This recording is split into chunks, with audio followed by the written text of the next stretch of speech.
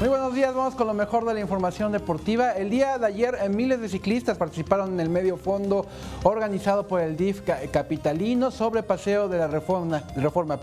Al final se lograron recaudar 5 toneladas de alimentos para grupos vulnerables de la Ciudad de México. Las calles de la Ciudad de México se convirtieron este domingo en una pista ciclista para darle paso al primer medio fondo MX realizado por el DIF de la Ciudad de México y Ciclismo para Todos, con el objetivo de recaudar alimento. Los ciclistas cada vez están más participativos en el tema y ahora también lo refrendamos con una atención a la alimentación de quienes más lo necesitan. Va a ir eso a las casas hogar, va a ir a los comedores populares. Estamos a punto de llegar a la meta de las 5 toneladas que hemos comentado, se siguen acumulando todavía más.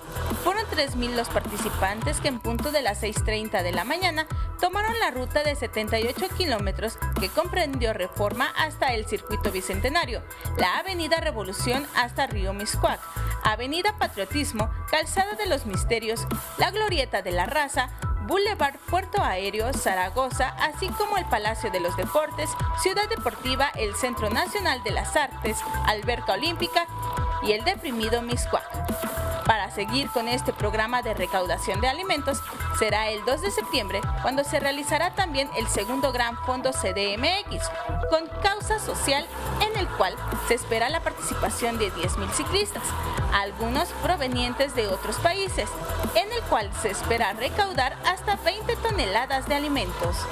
Con imágenes de Jorge Barajas, Vianey Zárate, 21 Noticias. Y los mejores pelotaris del cartel estelar precisamente del Frontón México, más 2 parejas invitadas de talla internacional, se enfrentaron este fin de semana en el torneo internacional de Jay Alay, ya lo dije, en la catedral de este deporte de la Ciudad de México, en el Frontón México. Se vivieron momentos vibrantes para todos los amantes de este deporte.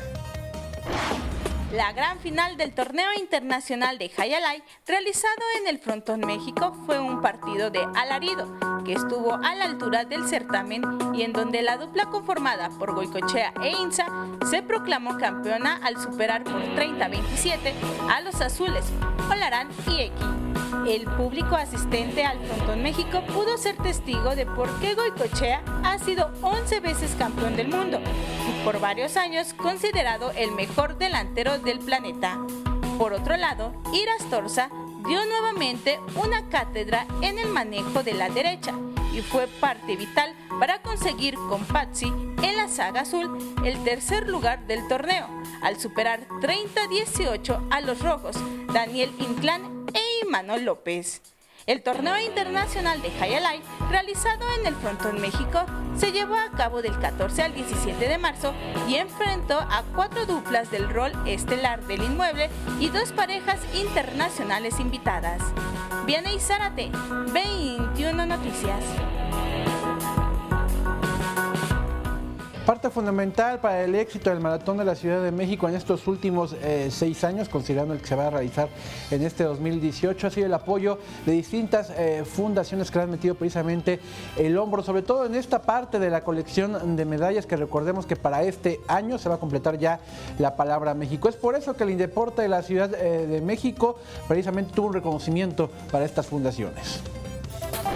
El Instituto del Deporte de la Ciudad de México, a través de su titular, Horacio de la Vega, reconoció a fundaciones que han apoyado durante 6 años consecutivos el proyecto de colección de medallas de la Maratón Ciudad de México.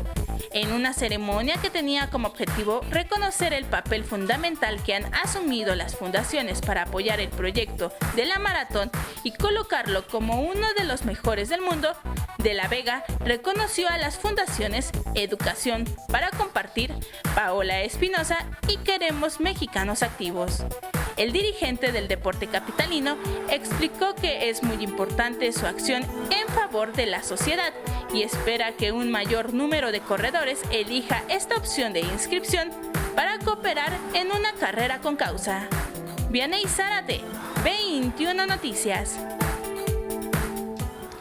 Bueno, ayer se llevó el primer partido de la serie semifinal entre los Capitanes de la Ciudad de México y la Fuerza regia de la Liga Nacional de Baloncesto Profesional.